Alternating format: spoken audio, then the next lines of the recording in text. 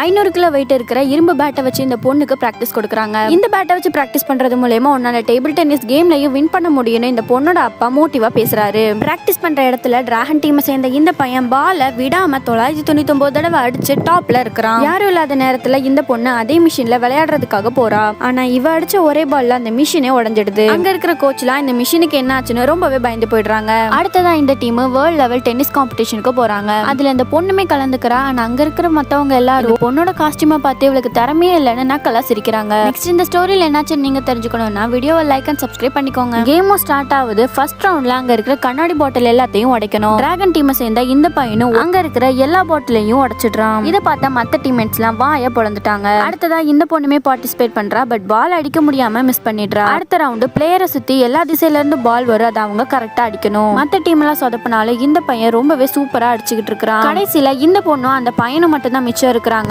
வேணும்னு இந்த பையன் ஒரு பால் எடுத்து இவ மூஞ்சில அடிச்சிடுறான். அதுக்கு இந்த பொண்ணும் கடைசி பால நெருப்பு வர்ற அளவுக்கு வேகமா அடிச்சு ஆப்போனன்ட்டே பறக்க விட்டுடுறா. இந்த பொண்ணோட ஸ்ட்ரென்த்தை பார்த்த எல்லாரும் அப்படியே ஷாக் ஆகிட்டாங்க.